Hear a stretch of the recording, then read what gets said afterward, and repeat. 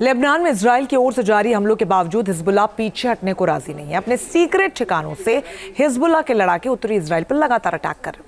Hezbollah की ओर से अलग अलग शहरों और आईडीएफ के मिलिट्री बेस को टारगेट किया जा रहा है। वार पलटवार के बीच इजराइल लेबनान बॉर्डर पर क्या बने हुए हालात, इस रिपोर्ट में देखिए।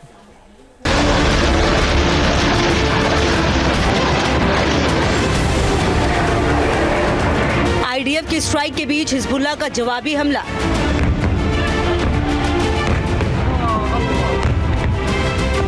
उत्तरी इजराइल को लगातार निशाना बना रहे हिजबुल्लाह के लड़ाके। ग्राउंड ऑपरेशन के दौरान आईडीएफ को चुनौती देने की कोशिश।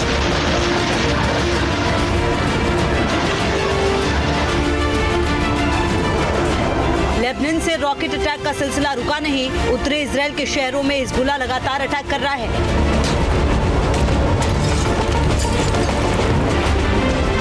इन हमलों को रोकने के लिए इजराइल का एयर डिफेंस तुरंत एक्टिव होता है और ज्यादातर हमले फेल करने में कामयाब भी रहता है। जैसे ही लेबनान से हिजबुल्लाह का अटैक होता है तभी आयरन डोम का सायरन बजता है और वो एक्टिव होकर रॉकेट्स को हवा में मार गिराता है। इस दौरान इजराइल का आसमान धमाकों से गूंज उठता है। जैसे जैसे हमले नाकाम होते जाते हैं वैसे वैसे आवाज भी आती जाती है। इजराइल भले ही हिजबुल्लाह को पूरी तरह खत्म करने का दावा कर रहा हो, मगर हिजबुल्लाह के लड़ाके भी पीछे हटने को तैयार नहीं।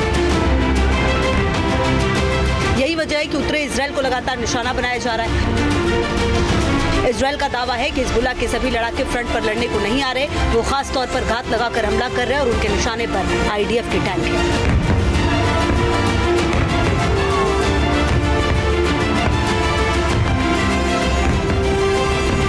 हिजबुल्लाह की ओर से इजराइल के नॉर्थ हाइफा को भी निशाना बनाया गया है। हिजबुल्लाह ने रिहायशी इलाके को टारगेट कर मिसाइल अटैक किया।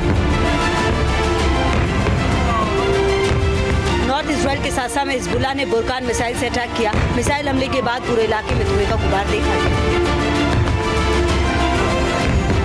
इजराइल के अलग अलग शहरों पर हमला कर हिजबुल्लाह ये साबित करने की कोशिश कर रहा है कि जवाबी हमले में फिलहाल पीछे नहीं हटेगा। भले ही आईडीएफ ने ग्राउंड ऑपरेशन शुरू कर दिया हो, लेकिन हिजबुल्लाह के लड़ाके इतनी जल्दी हार मानने को तैयार नहीं लग रहे। जिन इलाकों में इजराइल की सेना ग्राउंड ऑपरेशन चला रही है वहाँ हिजबुल्लाह की प्लानिंग के तहत लड़ने का दम भर रहा है। हिजबुल्लाह का दावा है अल मलकिया साइट पर एक मरकवा टैंक को निशाना बनाया गया। दावा तो यहाँ तक है कि मरकवा टैंक में सवार आईडीएफ के सभी जवान मारे गए। बताया जा रहा है इजरायली सेना लेबनान में घुस रही थी तो पहले से ही अल जलील बॉर्डर के पास हिजबुल्लाह के लड़ाके ताक में बैठे थे। मौका मिलते ही हिजबुल्लाह के लड़ाके इजराइल फोर्स पर टूट पड़े। हिजबुल्लाह की ओर से दावा किया गया कि लगभग 10 घंटे तक हिजबुल्लाह और इजरायली फोर्स के बीच संघर्ष जारी रहा। हिजबुल्लाह लड़ाकों ने दक्षिण पूर्वी गांव अदाइसे और काफर किला की ओर इजरायली सेना को आगे आने से रोकने में कामयाब हुए। लेबनान में ग्राउंड ऑपरेशन के दौरान हिजबुल्लाह के लड़ाकों ने 2 दिन में ही इजराइल के 17 सैनिकों को ढेर किया, तो वही हिजबुल्लाह के हमले में 20 सैनिकों की घायल होने की खबर है।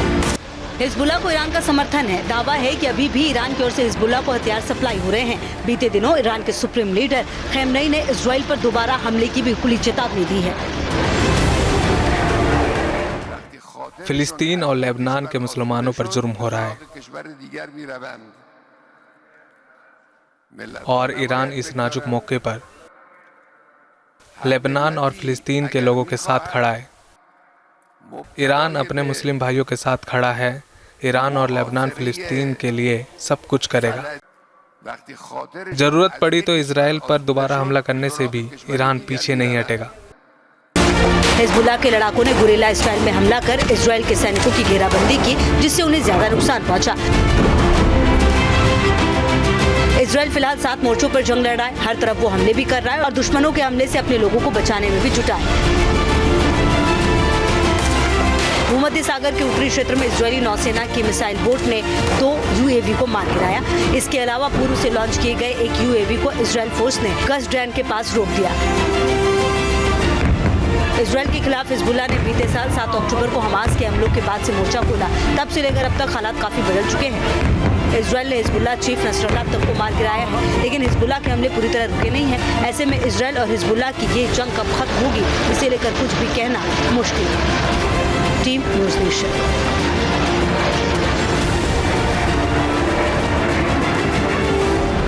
न्यूज़ नेशन अब व्हाट्सएप पर खबरों की ताजा अपडेट के लिए न्यूज नेशन के इस क्यूआर कोड को स्कैन करें